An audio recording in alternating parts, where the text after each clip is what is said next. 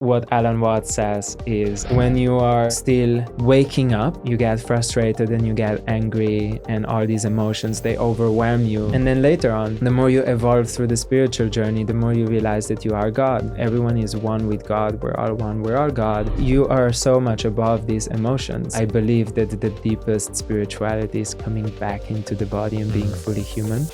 Welcome, everyone, to the Eons Ahead podcast. I'm your host, Alex Wolf. And on the show, we like to have deep, intimate conversations with amazing people that are eons ahead. But what does it mean to be eons ahead? Well, it means they're ahead of their time and they see things other people don't see, and they're able to communicate these visions to the world, manifest them into reality, making a positive impact for humanity. They're doing things that other people are not doing, which I love. They're often trailblazers, pioneers, conscious thought leaders. And our guest today is definitely one of those. His name is Jakob Gricar. I'm going to read you his bio here. Jakob is a trauma-informed transformational coach with over a decade of experience in personal development. He's honed his skills in various modalities, from somatics to ontological coaching, NLP, CBT, and more. His journey began through overcoming an illness through spiritual practice at 13 and led to traveling all over the world. Going from homelessness to leading retreats and mentoring multi-seven-figure CEOs, multiple near-death experiences, becoming a yogi in India, and living in the Amazon jungle with the indigenous plant medicine keepers. He's now working with world-renowned coaches, learning from pioneers in somatics, and supporting dozens of people through his online containers. He built a retreat center in Guatemala and helped develop an eco-community in Mexico, founded of a retreat company, Vortex Retreats, and co-founded 2 online programs, Dharma Academy and Metamorphosis. His approach is integrative and grounded in practicality and through radical accountability, aimed at producing real-world results. He's eons ahead. He's a friend. He's here today. Jakob Gricar. Thank you so much, Alex. Thank you for having me. Yeah, thank you. Thank you for joining us. Really excited for today's conversation. You know, we haven't had a chance to dive too deep together yet, so we're going to change that today. We met at Garen Jones's mastermind at the final retreat gathering in Mexico last year. And as soon as I met you, which I'm sure a lot of people feel the same way, I knew there was something special about this young man. I was like, this man is really tapped in. He's really attuned, and you could tell you had a lot of worldly experience, and you had a lot of wisdom, especially for someone, I don't know your age, but you look really young. So especially for someone who looks so young, at least. And then we had some fun again at another retreat of Garen's later on last year, and that was really cool. And I got to see you practice even more of your wisdom in action, you know, and you were doing all kinds of cool stuff. That I won't mention right now, but really, really cool stuff at these retreats. Really cool activities. You'll have to go and check out one of Garen Jones's retreats if you want to know what goes on there. But really, really cool, amazing things. So all this to say is I'm really excited to dive in with you today, Jakob. You have a plethora of knowledge and experience. And before we get into that, I'd like to start a little bit on how this came to be. Were you always interested in helping people? Always, or did this come over time? How did that begin? First of all, I want to say I feel really honored to be here and being with you and watching what you do in the world, and the impact that you have is just exceptional. Thank you so much. And I'll go a little bit more into why I find it exceptional in a little bit. But just to answer that question, I don't think I've always been this way. When I was a baby, I was smiling a lot. My mom used to call me Smiley. And thank you for acknowledging how young I am and how long I've been on this path. And where it switched for me was when I was about 9-10 years old. I developed a really bad autoimmune all over my body. It was like severe eczema where I would wake up bleeding because I was scratching myself so hard, which later developed insomnia because I was afraid to go to sleep. My mom would make me cotton gloves so I wouldn't bleed when I woke up. And I remember I was taken to every single doctor that we could possibly find, from naturopathy to homeopathy to different bio modalities, and obviously Western medicine, and nothing did anything.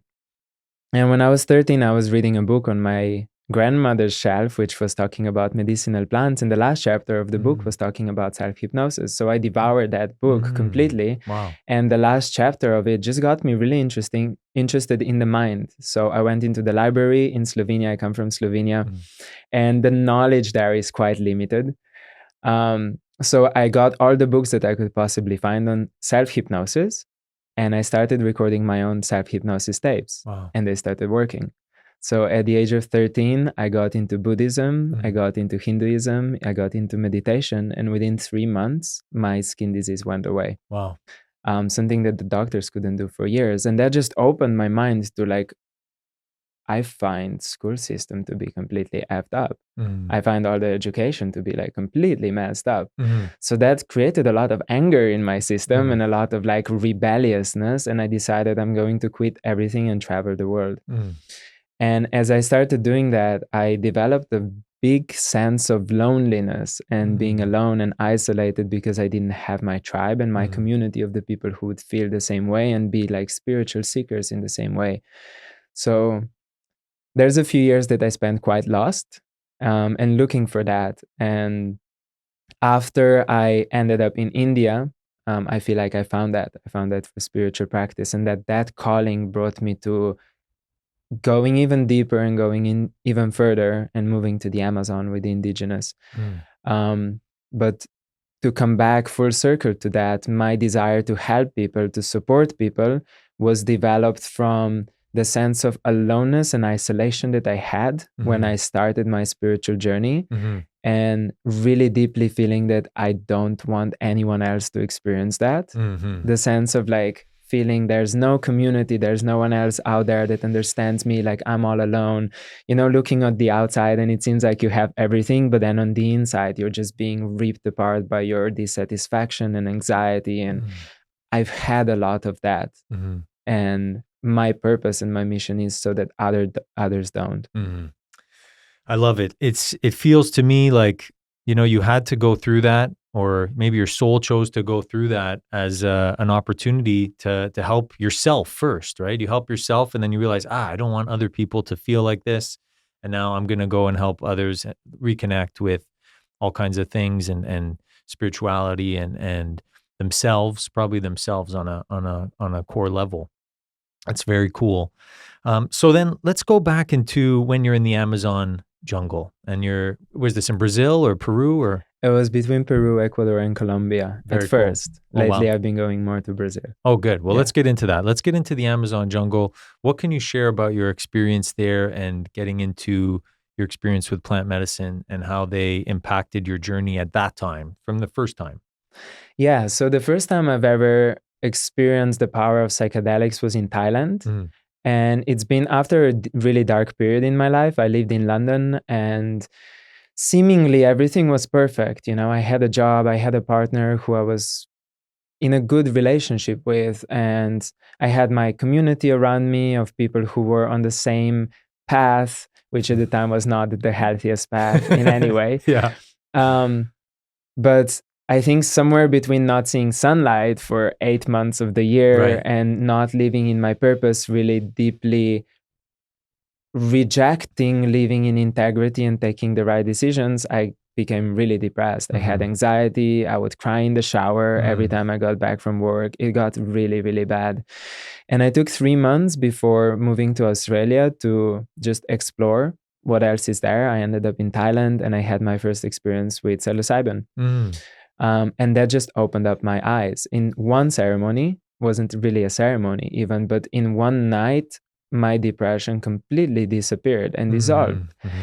And then later on, a few days after, it started coming back and those feelings started coming back, but the memory of the complete liberation stayed. So that brought up a lot of questioning of like, what else do we not know? So I moved to microdosing psilocybin for the period of 3 months when I lived in Australia. And at some point, my meditations got deeper, my connection with myself got deeper, my connection with God and spirit got deeper. And I received this knowing that I need to leave everything and move to the Amazon. So I left everything I had, and I booked a one-way flight through Europe, but over to Argentina. Ended up in Argentina, did a Vipassana, just to deepen relationship with myself, and then I made my way to Peru. So Vipassana, for the people that don't know, that's a silent meditation, is that correct? Yeah, it's 10 days in silence. It's also 10 days without any distractions whatsoever, meaning that you can't bring your phone in. Obviously, you can't talk to other people. But even more than that, you can't bring in books, you can't bring in notebooks. There's no writing, reading, anything that's taking you away from like the sensation in your body and like in the present mind is taken away. The meals are really, really small. You're encouraged not to overeat, and you only have 2 meals a day. So then the food also doesn't become a distraction. Right. And I could notice that the first time I was catching myself on the first few days, like I noticed all the places where my mind went, and I was like, holy shit, that's all inside of me. Yeah. And then like also like wanting to look for like anything to distract me, like, okay, like I can't wait until the next meal. And I'm like, no, that's not what the purpose is. But that allowed me to really drop in within myself. And then the next step was going to the Amazon and being in the space of plant medicine, and specifically starting with ayahuasca. Wow. And that was really profound, powerful journey.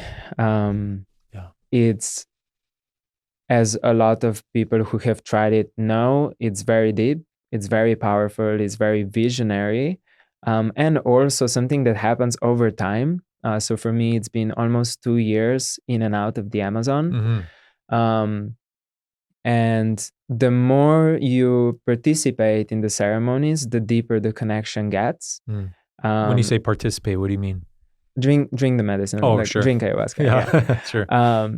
So yeah, it just keeps opening up more layers. Right. So it's not that there's like, you do a couple of ceremonies and then you're done. Right. It's basically a layer after layer after layer, and it just keeps going. Yeah. And you just go deeper and deeper within yourself. And then at some point it switches from the focus that is inward, which I feel like it's a huge trap in the self-development world, which is like the need to consistently be healing. Right. And then it switches outwards, which is the acts of service and being in service to others, like bringing this transformation to other people as well. And I think when this switch happens, a lot of times there's the trap of rejecting the outward purpose, because the drinking of the medicine can become a bit of a bypass. So this ability to integrate those experiences and then like bring them into action is, I feel like, where it's a really important piece. Absolutely. Yeah. It's not just about drinking the medicine. You'll drink the medicine. It's deeply profound. It's all within you, which is, it shows you how deep you are, and you'll go to the depths of yourself and learn these wisdoms and these codes and possibly even these abilities. But the real magic happens when you integrate it back into the outer world, when you show up. And there's a saying, everyone wants to do ayahuasca, but nobody wants to do the dishes, right? Yeah, I love it. Yeah. And also just to reflect back on something you shared earlier about seeing how the challenging moments that have happened have been necessary for the growth. Yeah. There's a saying I like, which is, when there's memory without emotion, it becomes wisdom. So if we hold trauma in the present moment, then it's something that keeps reinforcing itself. Right. But if we're able to place it from the present moment, putting into the past where it happens, take all the learning from it, but not be emotionally attached to the memory, then it becomes wisdom of what's bringing us further. That's beautiful. I love that, and can totally relate. If you have the memory and there's still an emotional charge, then you'll probably just attract another situation, person, or event to, get that feeling again, and you're back to ground zero, it re-goes, it starts over. But if you can actually just look at it as, oh yeah, that's why this happened. I got the lesson, and now I move forward. Yeah, exactly. Because the things are stored in the body until they get released from the body. That's something that we see through somatics and the somatic work. Let's dive Um, into that. Let's get into somatics for the people that don't know. I know you're really deeply into this, so I'd love to learn more myself as well. okay. So I've been, for the last year or so, I've been trained by Judith Johnson, who is one of the pioneers in somatics. She's 83 years old. She Wow. was there with Peter Levine, Stephen Porges, Stanley Rosenberg, who, if the viewers don't know who these are, Peter Levine wrote the book Waking the Tiger and created a protocol called somatic experiencing, which is the Cool. most popular way of somatic therapy right Cool. now in the world. And Judith was the one that helped him publish some of his books, and she sponsored him for his travels through US. Then Stanley Rosenberg and Stephen Porges coined the polyvagal theory. So it is said, and I don't know if that's the absolute truth, but Stephen Porges being the mind and the theory behind it, and Stanley Rosenberg being more practical. So a lot of the stuff that I've learned from Stephen Porges through his legacy, through some of his trainees, and then also through Judith, who supported him in a lot of his creations. Okay. And to say what the somatics are, it's when we look at where things are stored in the body. Earlier we mentioned trauma and like the memories where they're stored, and a lot of people say that they're stored in the body. I somewhat disagree with that. I don't think they're stored in the body. I think they're stored in the mind-body matrix, which is the nervous system. Sure. And the distinction is that you cannot massage the trauma out of your body. Right. However, if somewhere between the intention, which is the mind, and the nervous system, if that is brought up in a safe place, then it can be processed in a different way. And basically what somatics are, in its essence, are working with the memory, bringing it up in its full capacity in a safe container, which is what wasn't available in the time. That's why it got imprinted in a certain way. And then allowing it to be fully resolved in a safe space. An example of that would be a car accident is something that happens really quickly. So it's like the abrupt ending of one's journey. Sure. And not the ending as in the death necessarily, but just like having that impact is too much too fast. And that's what the trauma is. So when that happens, it gets stored in the mind-body matrix. And then, for example, if we hear squealing of the tire somewhere when we're walking down the street, that might bring up all those memories up again. And that's the trauma response, the trauma trigger. And what we do in the somatic sessions is we bring that up, but in a safe space where it can be felt and followed up and completed all the way through. And not just the car accident, but any form of like abuse, any form of like anything that has happened that hasn't been fully processed yet. So not just the trauma with a big T, but any type of accumulative or any other sort of things that are stored. Fascinating. Wow. And how often do you practice somatic therapy on yourself? Do you still practice it on yourself, or tell us a little bit about that? Yeah, so this is where, for me, psychedelics come in really beautifully. Coming back to the beginning of this conversation, when I was in the Amazon, this is what happened to me naturally before I understood the science behind it. So contrary to a lot of people, I'm not coming from a scientific background. I'm coming from a spiritual background, starting my journey at 13 and going into those types of spirituality, meditation, and then later on psychedelics. So I took the route of working with the energy body first. And as I was living in the Amazon, I was seeing how through certain types of breathwork that are common in the Quechua and the Amazonian traditions, they bring up a lot of subtle energies to the surface and often end in shaking, the shaking release, or any other release, screaming, purging.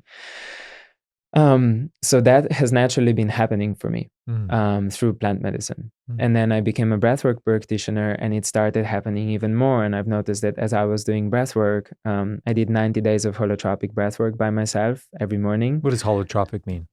So it's conscious connected breath, which means that the inhalation and the exhalations are together. Oh, cool. It was developed by a guy called Stanislav Grof, who I might go a little bit wrong on this story, but the way I remember it is he was clinically working with people with LSD in the 60s or 70s or something like that. I'm not 100% familiar with his biography. And then when US prohibited the use of psychedelics, he figured that there must be a way that this can be naturally produced through one's own biological chemistry. So he created a type of breathwork called holotropic breathwork, which is the inhalation, exhalation through conscious connected breath, really deep breathing, and continuous for somewhere between an hour, 2 hours, sometimes 3 hours. It goes really deep and it's really intense. And a lot of things that come up for people are very similar as psychedelic journeys. And also there's the element to it where it's resourcing oneself through one's own chemistry as opposed to relying on something that is external, which is why I like it. Right. Getting higher in your own supply. Getting higher in your own supply. Exactly. Wow. And I feel like it's funny because all the psychedelics eventually lead us back to the understanding that everything is within us. Right. But sometimes it takes something outside of us for us to know that. Sure. Yeah. All paths lead to fulfillment. And that's just another example of that. That's so fascinating.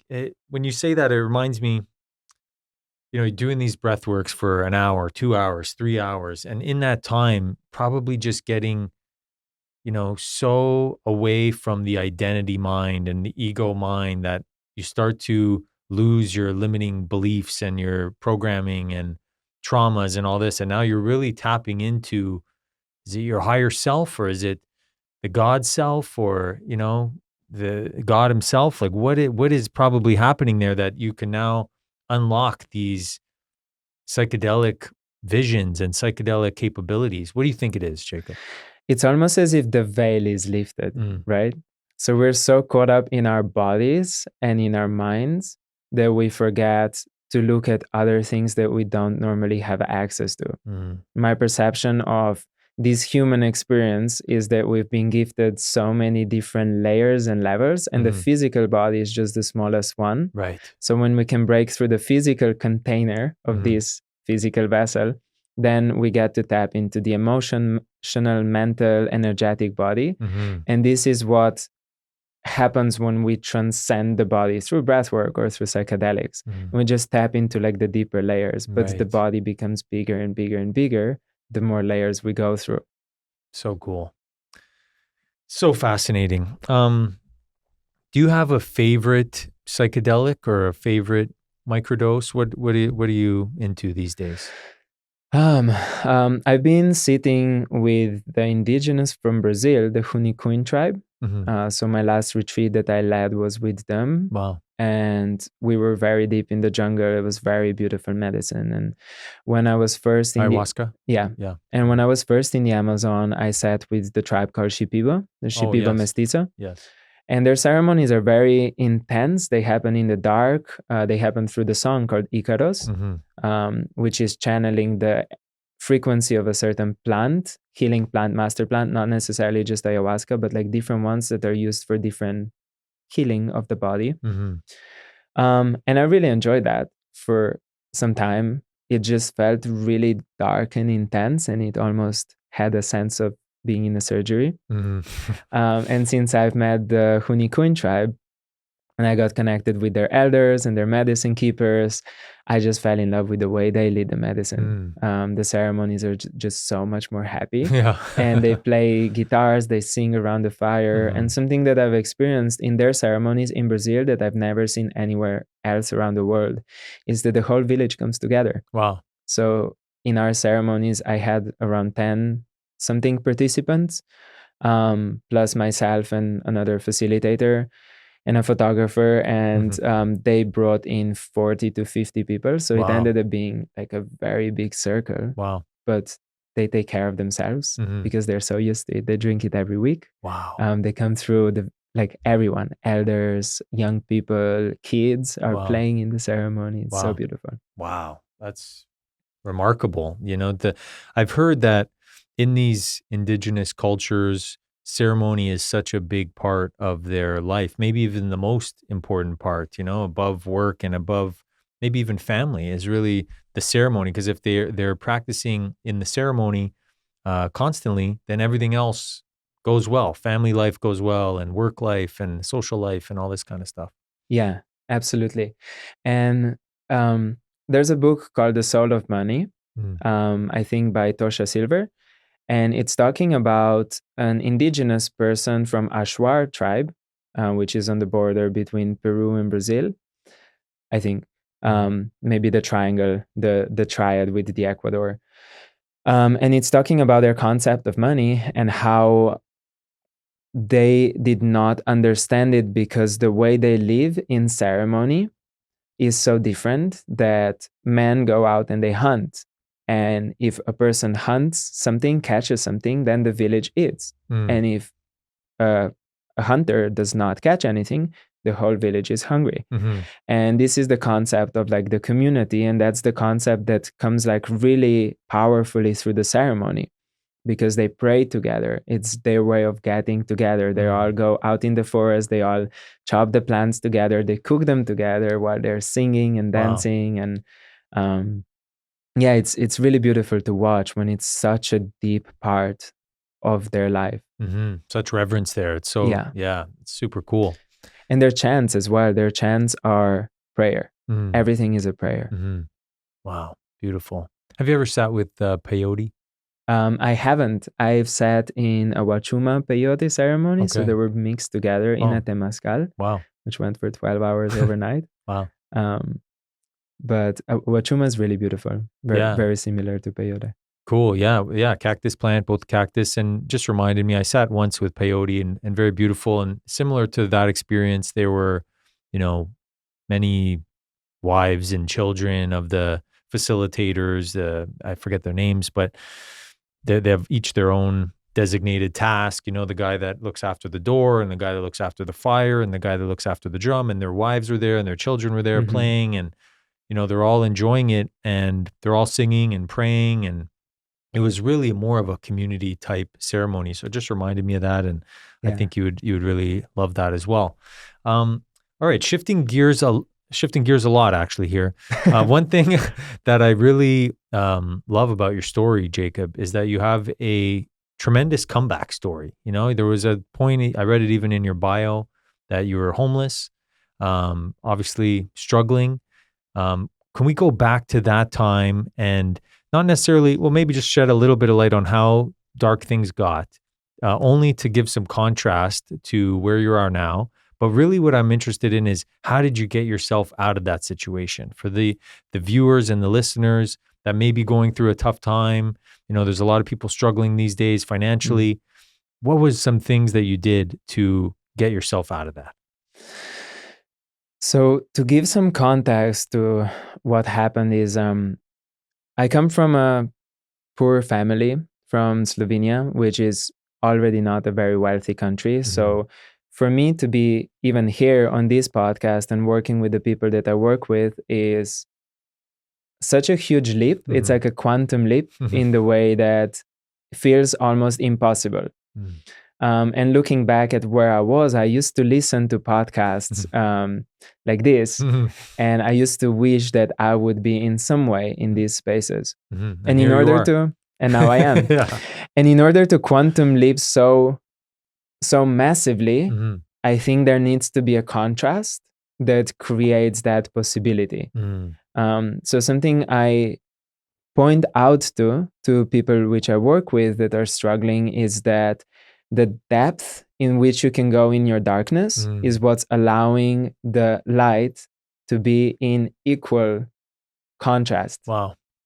So the amount of darkness you can go into, that's how much light you will be able to hold. Obviously, if you don't get yourself lost in the darkness.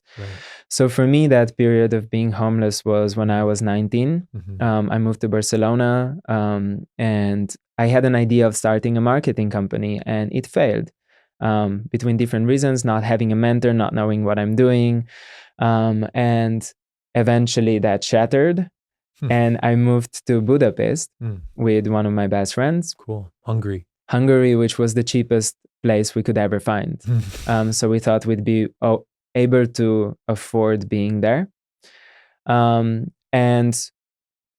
it didn't work out that way. So we really struggled quite a lot. We worked in party hostels and basically taking people out to party and like earning like a little bit of money from commissions. I saw this friend in the summer last year, and he reminded me of a story where we played poker one time with other people in that hostel to have enough food to eat. Wow. So we ended up putting the €5 that we had left, equivalent of like $5.5. Yeah. We put them on the table and we basically played poker, and we got maybe 20, 30 euros out of it, which basically brought us through the week. Yeah. So that was a pretty dark period for me. And at some point I got so depressed, and my spirit came through, and I just started seeing that if I'm already in such a dark space, I might be in a dark space somewhere that's nicer than Hungary. So I packed my bags. I took the little money that we had, and I started backpacking and made my way to southern France. Okay. And I ended up in the streets of southern France. Like Nice? Close to Nice, yeah. Cool. Nice, Menton, Côte d'Azur. Côte d'Azur, like cool. The coast. And yeah, I remember I would be sitting outside in the rain. I couldn't there's some places where there's no roofs. So I was literally outside in the rain. I would put my backpack underneath me when I was sleeping on the bench or trying to sleep on the bench.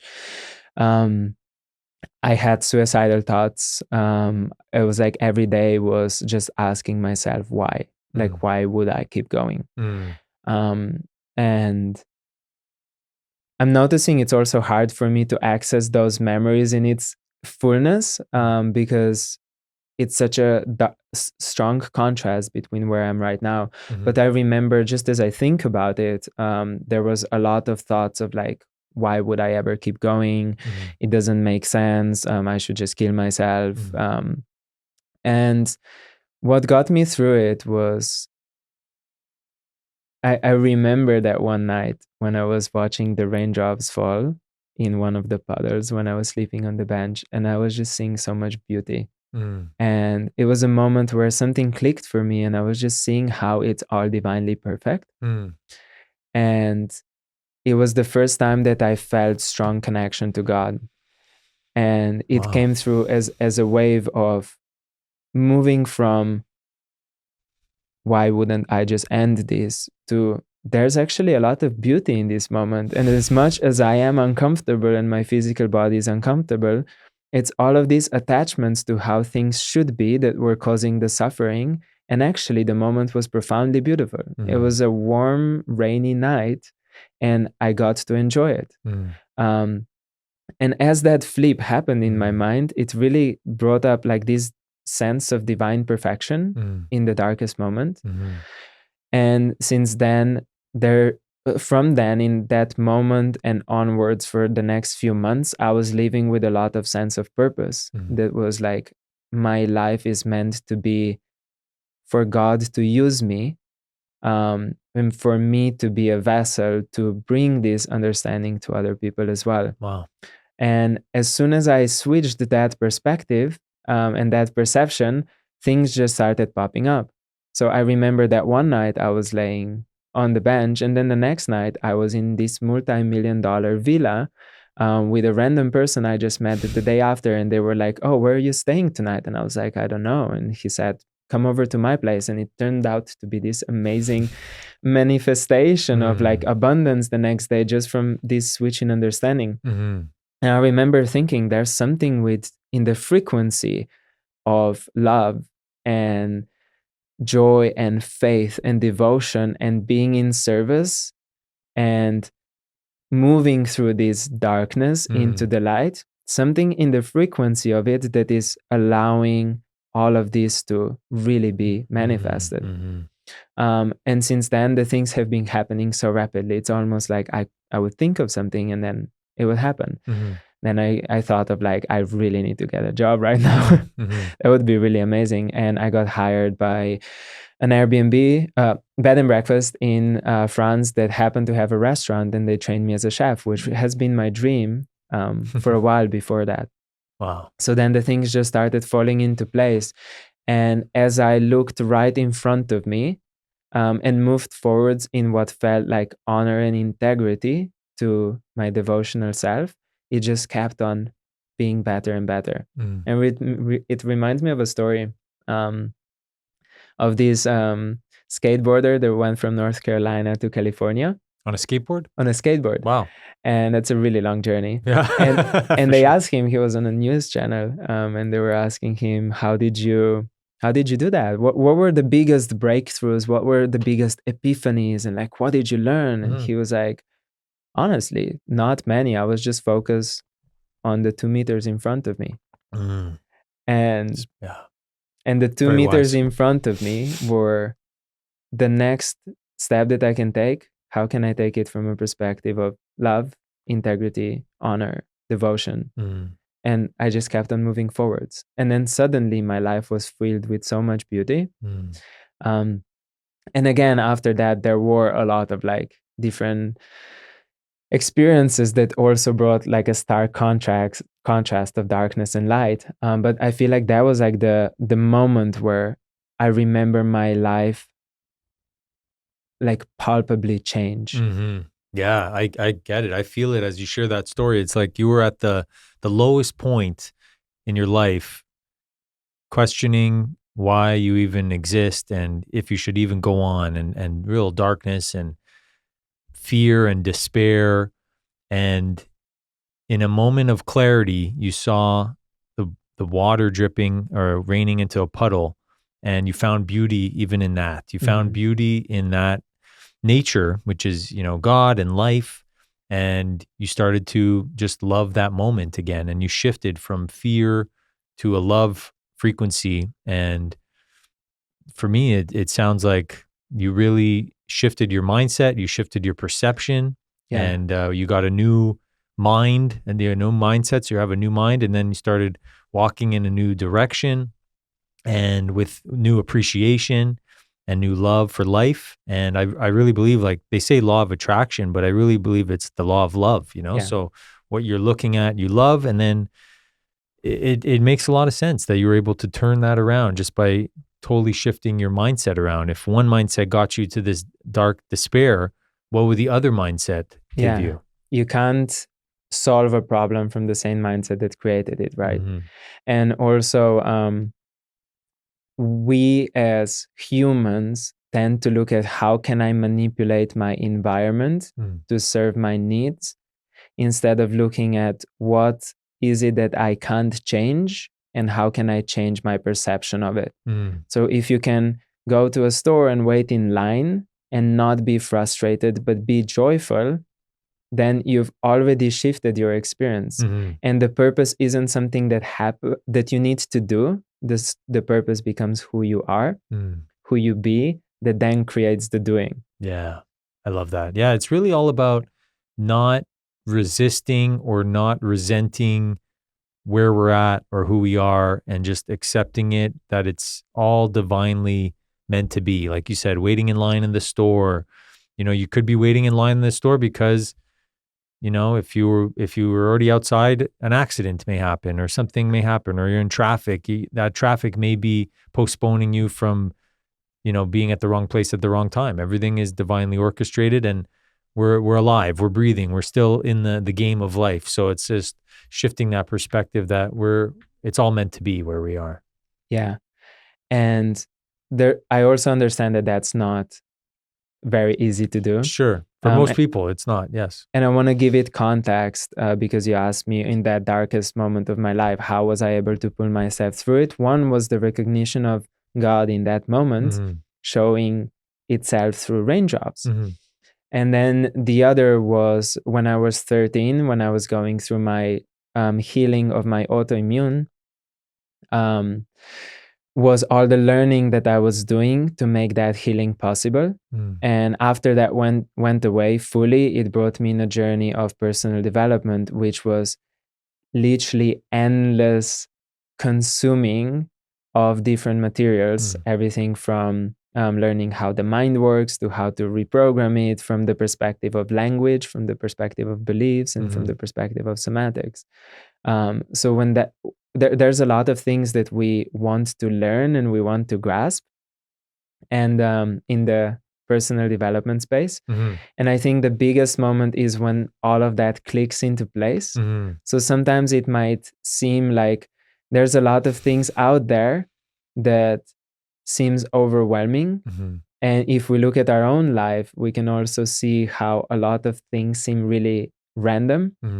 But when they all click into place, then we can see the divine orchestration that happened for us to be in this very moment. Yeah, totally get that. I had one of those clicking moments a few days ago, so I could totally relate to what you're saying. And I'll share it. For me, it was really that I only have, my mind will go and go and go, right? There's so many things as an entrepreneur that I think that I have to do and I get to do or whatever the thing is, but there's always very much stuck in that doing energy, do. And I was like just seeing how many things I'm supposed to be doing over the next few months. I have a launch coming up and all this kind of stuff.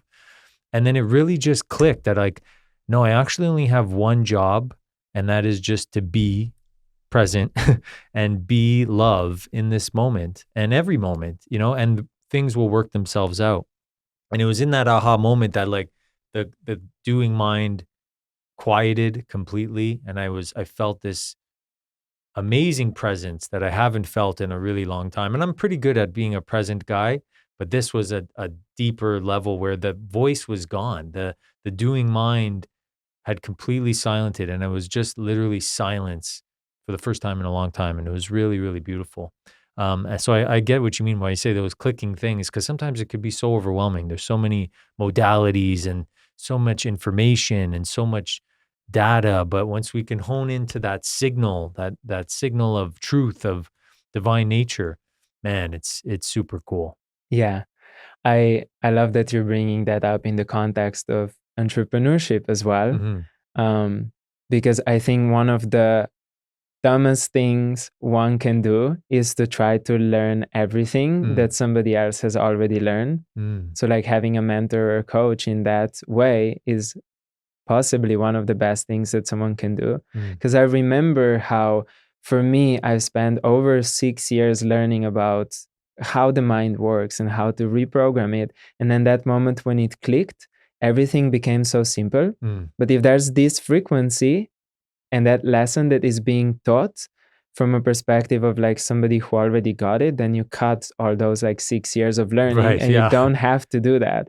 Same as with entrepreneurship. If you're learning like marketing on one hand and like languaging and storytelling and story brands and all of that, while on the other side you're like on product development and your products are incredibly amazing and life-changing. So if you're like working on that and not so much in your genius trying to put it all together, it's going to take you so much time versus just hiring somebody who's smarter than you in a certain field. I love that idea behind that.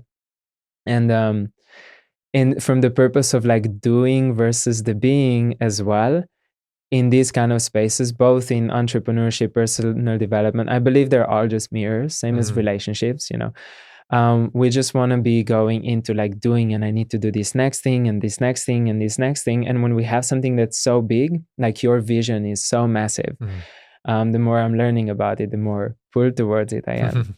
And it's so big, and that can be overwhelming. And there's so many pieces that need to go into it. But back to the skateboarder analogy, what are the 2 meters right in front of you? Exactly. And how can you be like that person who already has all of that while focusing on like the paddling the skateboard? Yeah, that's it. The actual present moment of my only purpose right now is to just be on the skateboard and stay, away from the little rocks or whatever that's on the way, and have fun doing it, and breathe and enjoy it. It's so true. It's such a simple realization, such a code, and it's like you said, once you hear this code, you could be studying something for 6 years like yourself, but once you got the code, it was like, wow, it was all just like that. Yeah. And I know you have many codes, and you've shared already some here today. But if you had one code that you could share with the audience that's really impacted your life in the last maybe couple years, what is that code for you, Jakob? We often look at symptoms of anything, and the code would be, don't think about the symptoms, use them as the access point for what is deep inside. I can give an example of something that happened with my mentor in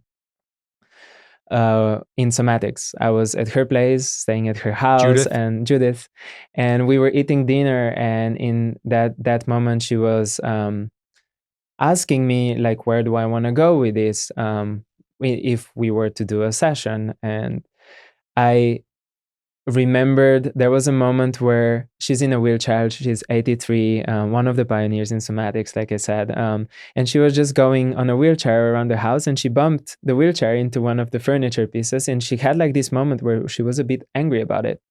And I noticed how my body tensed up, and I'm like, there's no correlation between this 83-year-old lady being a little bit angry at a piece of furniture and me tensing up. That doesn't make sense. So I brought that up to her, and she was like, where else do you notice that? And I'm like, I noticed that when my partner, my girlfriend, switches mood.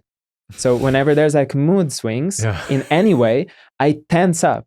And she was like, what else is there? And I'm like, I'm noticing like my shoulders go up. And she was like, what's happening in your fingers? Because she noticed the micro movements, and I was like, I just want to push away. And she was like, who do you want to push away? And I was like, my brother. And she was like, what's happening? And I just went into like full crying, full release, where I was like remembering when I was 7 years old and my brother would pin me down. And he was also a martial artist. So like our fights were quite violent at that time, especially for a young boy. And where I'm going with this is, we often look at, I have a headache, I need to cure the headache, I need to look at take this medicine, or like I have eye strain, there's something wrong with my eyes, let me put some eye drops in, or like I have back pain, I have cancer, I have tumors, I have lung pain, I have heart pain, whatever it is. But they're all really just access points to something that's really deep. And if we look at this body as the vessel that is just giving us information, then we can use it for personal growth. And the same as with everything that happens on the outside that are triggers. Like, for example, Judith bumping into a piece of furniture and me getting triggered by that and having literal physical reaction. Just seeing that like this is not actually what it's about. So in relationships, for example, we can use that. It's never about your partner. It's never about what happened. It's about a part of you that hasn't been fully faced and fully felt through.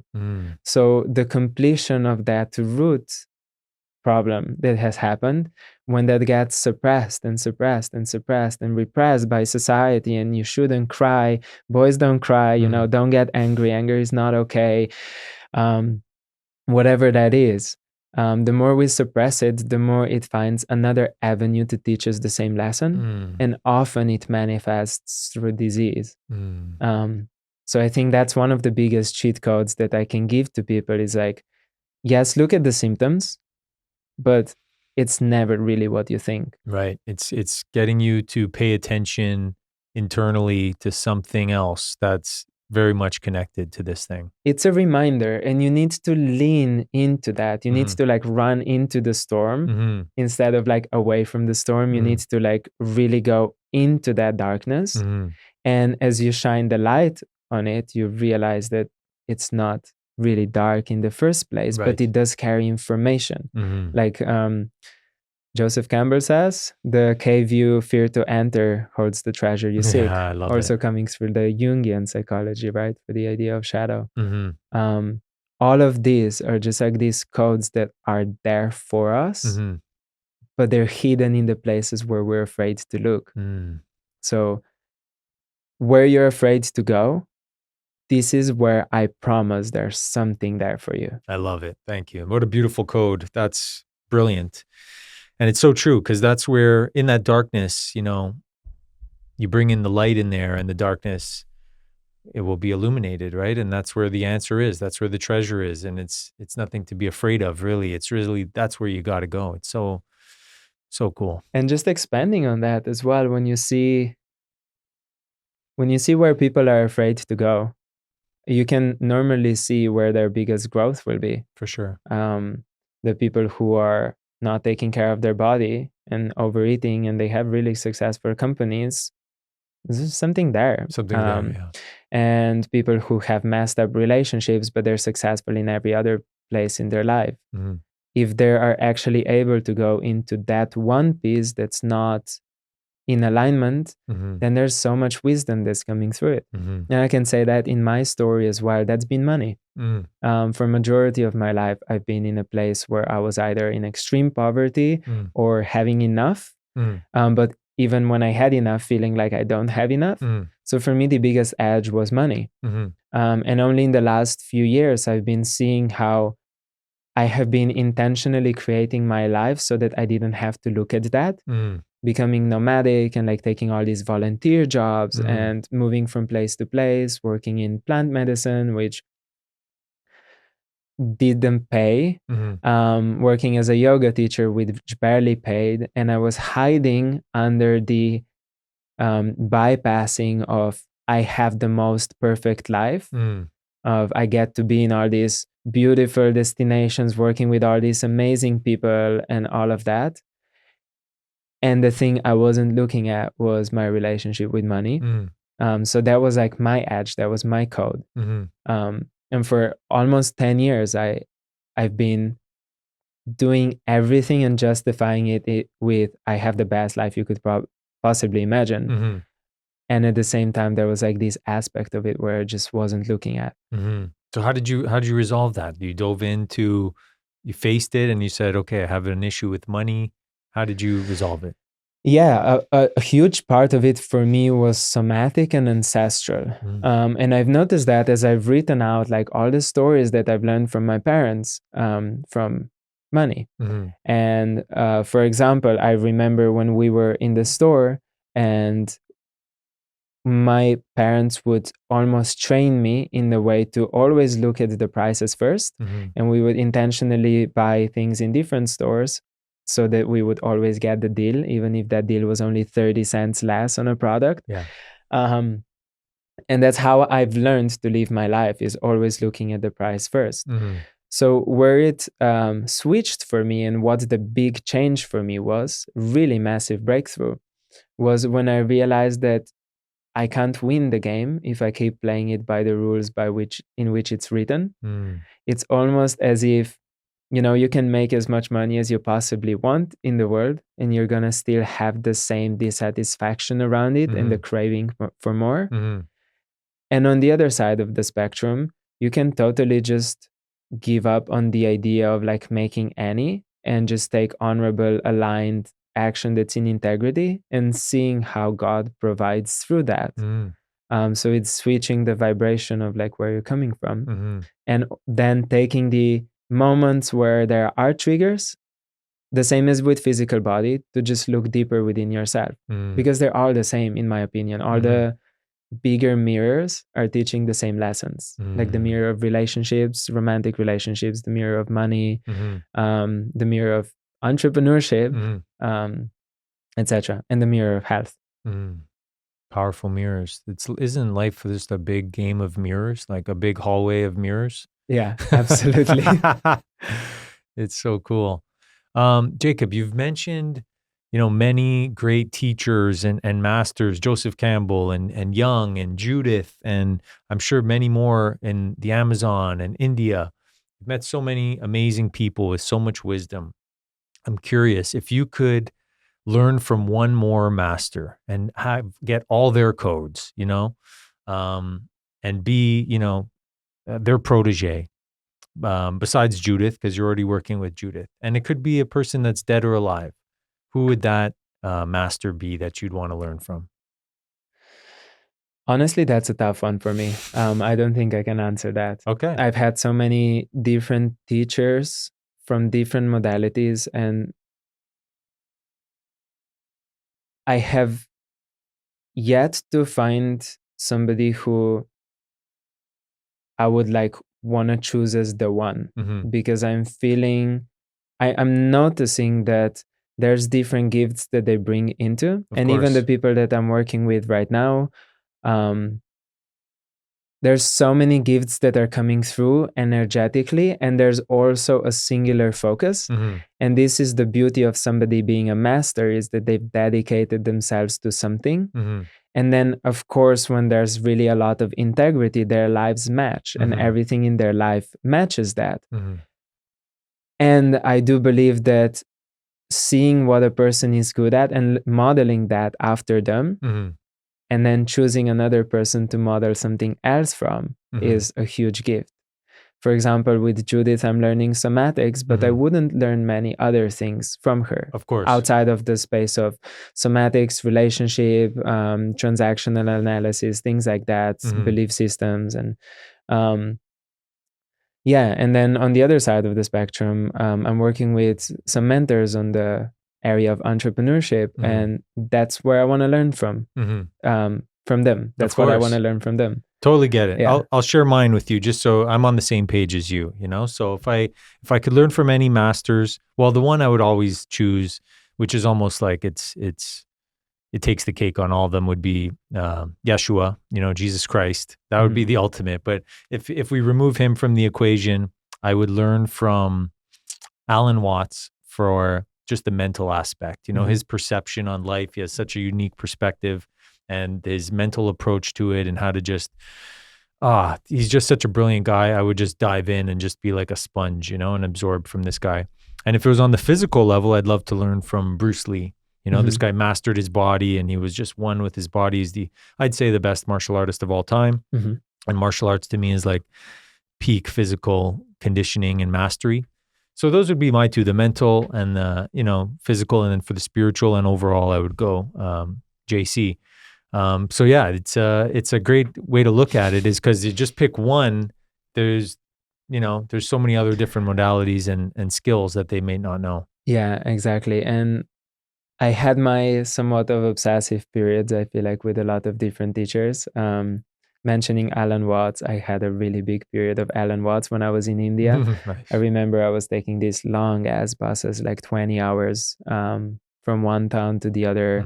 And I just had different programs that he put out. Another great teacher, you know, the OG of personal development, was Tony Robbins. Love Tony Robbins. I'd love to learn from him too, for sure. Tony Robbins was playing in the background through 3 years of high school for me. Nice. I literally just played all of the stuff that he put out. Yeah. And one of the most impactful things I've learned was from Joe Dispenza, which was healing the body through the power of mind. I've encountered Joe Dispenza way after I've already experienced the power of it, so I didn't need to read the majority of the case studies which he puts there to convince people that it's actually true. Yes.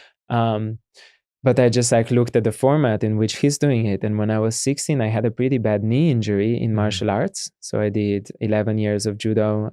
And just as I was about to do my black belt, I had a knee injury, tore the ligaments, some tendons, and a meniscus. And I was told that I need an operation for it. And I decided that I want to go the Joe Dispenza way. And about 3 to 4 months in, it was almost completely healed, to the point where I was like walking, moving normally. I didn't go back to judo after that. But right now, I don't even remember which knee it was anymore. That's amazing. So that worked. Definitely a huge teacher. Then the person I'm working with right now, Garen Jones, really dear brother, super beautiful soul. And one of the examples of, you know, if we look at Alan Watts, he was supposedly, allegedly an alcoholic. I think he was, yeah. I think he was, and then yeah. Freud had all these like great theories and stuff like that, and he was doing a bunch of cocaine. Right. Garen Jones, I feel like it's one of the examples of where everything matches. And when I stay at his place, whenever I come here to Austin, I stay at his house for a little bit, and I'm just seeing the way he is as a father, the way he is as a husband.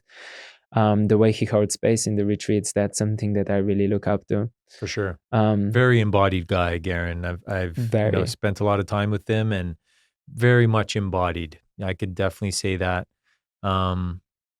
Yeah, I've seen him in many different aspects, and very, very solid and very embodied guy, and someone that I respect and admire very much. Yeah, likewise.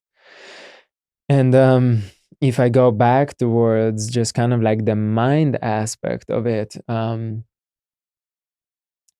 I love the works of Joseph Campbell and the way he's created the hero with a thousand faces, the Yeah. integral theory by Ken Wilber as well, the creation of like the spiral dynamics and all of that. Obviously, hypothetically, the most complete way to see the world. That's why the name integral theory. I love the works of Eric Berne from psychiatry. He created transactional analysis. He coined transactional analysis, which has been later on developed by his protege Karpman. He put it as a Karpman drama triangle, and it's basically speaking about how different ego states are playing games with each other, and how when we are in a relation with another human, whether romantic relationships or business relationships or whatever it is, we tend to play different games with each other. So Karpman wrote over 300 different games in some of his books. Cool. But it's the work of Eric Berne, the way it started. So in the aspect of psychology, I would look in the direction of transactional analysis and belief system. And then in the aspect of like the somatics, I would probably look towards Judith. Very cool. It's such a code in itself, is to learn from masters of their own lane, and then that way you just get all the codes from that master. It's way more advantageous than learning from someone that's, not a master. Yeah. There's something there. There's a couple things I wanted to touch on. The guy that you mentioned, Cartman, created a bunch of gamified his theories. Is that what it is? No. Okay. So just not to go too deep into that, but the three ego states that we have are adult, parent, and child. So when we're in adult ego state, we are mature. We're acting from a place of maturity. We communicate from a place of mutual understanding. When we're acting out the role of a parent or of a child, then these are the learned responses that have been conditioned over a period of time throughout our childhood. So for example, if I speak to you in a certain way where I'm looking for validation, for example, this would be my child ego state looking at you as a parent ego state. And if you're in adult ego state, you can help me grow up. And if you're in a parent ego state, then you're going to play the game with me. So the game is, I'm not okay, you're okay. And if you choose to accept that game, then we play this role where you are validating me and I'm consistently seeking validation, as an example. But the games are like specific and specified in the way that they have names, and each game is like very detailed. Wow. So that's why it's almost like a work of art in the field of psychiatry. Very cool. I'd love to check that out. There's another thing that you mentioned there too that I just want to touch on with Alan Watts, being a admitted alcoholic, and Freud, dabbling in cocaine, and other people having their vices. I would say that's one thing that I actually admire about Alan Watts, is that he just owned it, and there's a lot of people that really project an image of perfection. And we all know that's not really probably true behind closed doors. I think most people probably have a vice or two. I definitely have mine. Lately it's been keto cereal that I just like. I just love it, and it's been a challenge not to overindulge in this cereal. It reminds me, as I think about it, when I was a kid, and my parents, I'd get home from school before my parents got home from work, and so I had a couple hours, maybe an hour and a half before they weren't home. And I'd go right for the cereal, and have a couple bowls of cereal before they came home and had dinner. And I think that's what's going on right now, is like, I could have as much cereal as I want. And it's been interesting that I'm overindulging in this cereal, So Let's unpack that one let's for a unpack. second. Yeah, let's play around with that. When does that happen for you? Usually it's I guess sometimes it's during the day, but sometimes it's at nighttime as well, late night snack or type thing. Do you remember a trigger of like, what are you thinking in the moment when that happens? What is going through your mind? What are you feeling in your body? I think I don't know. I'd have to really sit with it. Yeah. I would say a lot of these patterned behaviors are coping mechanisms of some sort. I'm sure. So there is the desire to avoid feeling a certain way. If you look at internal family systems, for example, you have certain ways of being, certain selves. And one is the victim self, which is the part of us that is vulnerable, the vulnerable self. So if in our childhood we, for example, going to throw examples out there, we wanted to show the painting to our parent and they just kind of like brushed it off, or they said that doesn't look good, or like whatever. Then this like artist self is like becomes like the vulnerable self, the victim self, and it gets pushed away in the back, and it gets protected by the protector self, aka the manager. The manager is the one that creates an identity around the protection of the victim self. So that I'm not a good artist, I can't sing, or like even on the more emotional side, it's like I can't express anger, I can't express sadness. So the protective mechanism becomes like, then the person becomes a lawyer or an accountant or something that they think that their parent would approve of, because they're looking for that approval. And then there's the firefighter self. And the firefighter self is like when there's a moment of the vulnerable self coming out.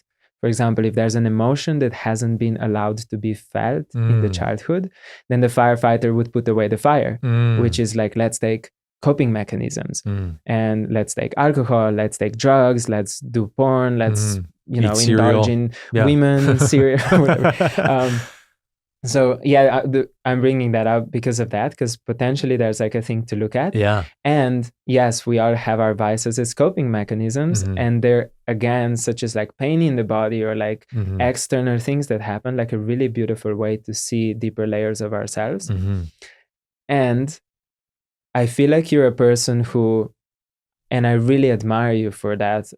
You're very aligned in your values, and you're very clear on what your values are and the values of your company. And it seems like in many ways you hold yourself to a really high standard, right?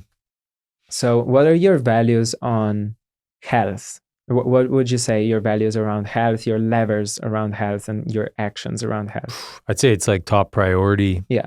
Top.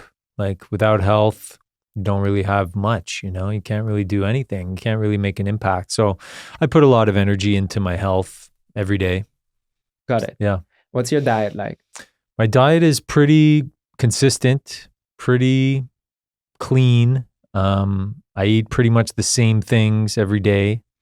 Some chicken, fruit, a little bit of raw honey, some raw milk, some eggs. And then lately, raw milk with cereal. Yeah, keto cereal. So keto cereal. The reason why I'm bringing that up is because even through your vices, I can see how your values are very clear. And I agree with you that we all have our vices to some degree. And also, I don't want to generalize it in the way of saying we all have our vices, because your vice, in comparison with Alan Watts, for example, your vice is keto cereal. And when you're very clear on your values, your vices are actually somewhat aligned with your lifestyle. Interesting. And like bringing you further. So would you drink alcohol? Would you become an alcoholic as a coping mechanism? Probably you wouldn't. Probably not. So your vices can still be beneficial to your overall lifestyle. So it's the switching of the habits. Interesting. Right? And I admit I also have my own vices, and somewhat similar. I do indulge in food. For me, it's keto chocolate. So 100% chocolate, or like 100% cacao drink with like a tiny little bit of stevia, monk fruit. And I do overdo that, and I know that potentially is not the best thing for me Uh-huh. in the amounts that I'm consuming ceremonial cacao. Right. But at the same time, my vice is never going to be hard drugs or alcohol. So I think that's the distinction, that is like, when you identify your values and you live in integrity and alignment with those values, even the vices, the whole idea of a cheat meal doesn't exist anymore, because the cheat meal for you is you just indulging yourself in something that's still pretty good for you. Yeah. Thank you. I appreciate that reflection. And it makes a lot of sense that it's your vice is even aligned with your values on a certain way. And for Alan Watts, I could see it. He was really about enjoying life. It was like he knew the depths of life. And at the end of the day, he would just be like, well, don't worry about it, because we're all just slivers of God, basically. So it's like, you might as well just enjoy it. Have the drink, have the slice of chocolate cake, and, all that kind of stuff. He did enjoy his life. So it makes sense. Yeah. And in the space of non-duality, I do find that it's an access, unless a person is fully embodied in non-duality, it can offer a lot of opportunity to bypass, just like everything else. Of course, we can justify almost anything from the perspective of non-duality when you think about it. For sure. You can do whatever you want, and you can just be like, I am one with God, like this is the divine thing. So I think with this kind of like spiritual philosophy, there's always a potential catch, and needing to look at oneself to know where you're coming from, instead of just saying like, we're all divine, it's all God, everything is perfect.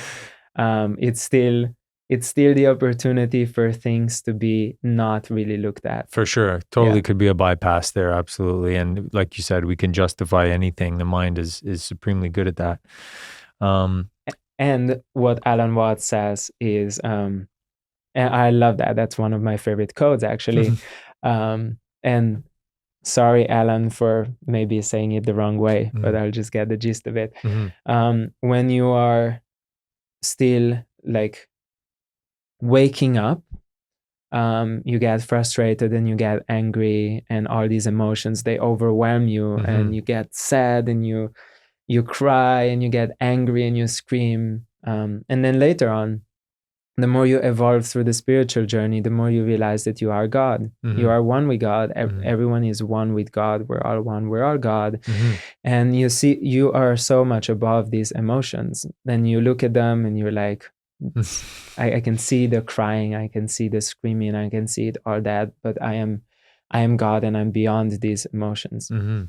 And that's the process of like awakening. And then as you awaken, as you become a master in spirituality, then you get frustrated, and you get angry, and you yell, you get sad, and you cry. So I love that, because it's showing the journey of like going above oneself and above the humanity. But the deepest embodiment of spirituality is when you can be fully human. And a lot of also spiritual practices in plant medicine, and the reason why I'm not so deeply in plant medicine right now is because there's a lot of going outwards and trying to reach for these, higher selves, and like external and like out of body and all of that. And I believe that the deepest spirituality is coming back into the body and being fully human. I agree. I completely agree. And, if there was one thing that really helps me personally just get back in the body, is small doses of mushrooms combined with breath work, just the simplest things. Small amounts of mushrooms, whether it's functional or psilocybin, combined with breath work and combined with some of the elements, whether it's just grounding on the earth, cold water therapy. We both experimented with that in Mexico together. Even just sitting around a fire, like these things is just really brings me back into my body in really deep presence. I'm wondering, Jacob, what's your relationship like with mushrooms these days, and how have they affected your life? So I've been, as I was mentioning earlier, pretty deep in the microdosing of psilocybin. And there's a book called A Really Good Day by Eilert Waldman, I believe. And it's talking about overcoming depression through microdosing. And although it's not necessarily speaking about a specific protocol, I believe it's the one that's like 2 days on, 1 day off. If I got the information from the book right. So I was doing that for quite a long time.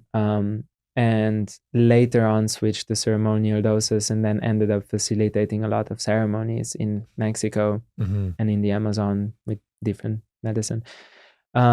These days, I feel like I've moved away from majority of it, and I use a lot of functional mushrooms. And then I save the ceremonial doses for very special occasions. But I've noticed also like there's almost no desire to keep going outwards and going out of my body. Now the desire is more to see how I can go into those same spaces through either really small amounts or nothing, like you've said. Breath work as well has been a powerful teacher for me. And I'm definitely 100% in love with all of the stuff that you're putting out here. Thank you. And I wanted to also acknowledge you for that and say that Eons have been life-saving throughout like the countless trips that I've done overseas with the jet lag, and the coffee has been what wakes me up and allows me to go throughout the whole day, which is really special because I get jittery with coffee, with normal coffee, and I literally cannot drink normal coffee without having a massive crash and the jitters. And with Eons, I just have half a, honestly, I think they're maybe a bit too strong, but I have half a scoop is I have great. half a scoop and it takes me throughout the entire day. I've noticed that. Super surprising. And then the gummies for sleep have saved me from the jet lags as well. So I wanted to acknowledge you for that as well. Whatever you're putting out, it's so incredible. Thank you so much. I appreciate that. And it's like how we started this thing was I had these issues when I was a pilot. I was always looking for ways to be in peak performance. There's when you're showing up to the airplane and there's people waiting for you and you have to get the airplane ready and all this kind of stuff. Like I would drink a lot of coffee, but then I would get the jitters and then you get anxiety and all this kind of stuff. So it was years and years of looking for different solutions to give me that edge. And that's what inspired Eons was, helping my own case and my own problems and then wanting to help other people's problems as well. So thank you very much for that reflection and very excited for our new product that's coming out. I mentioned it to you before the show. It's a legal psychedelic microdose that helps with anxiety, helps with circadian rhythm, and it brings people back to the harmonic frequency of the heart.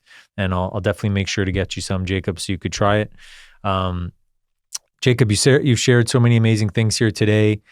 You're a beautiful soul and a beautiful human being. Where can people get in touch with you if they want to learn more, if they want to work with you, or if they want to attend one of your retreat centers or retreats? Where can they reach you? My company is called Vortex Retreats, vortexretreats.com. Pretty straightforward.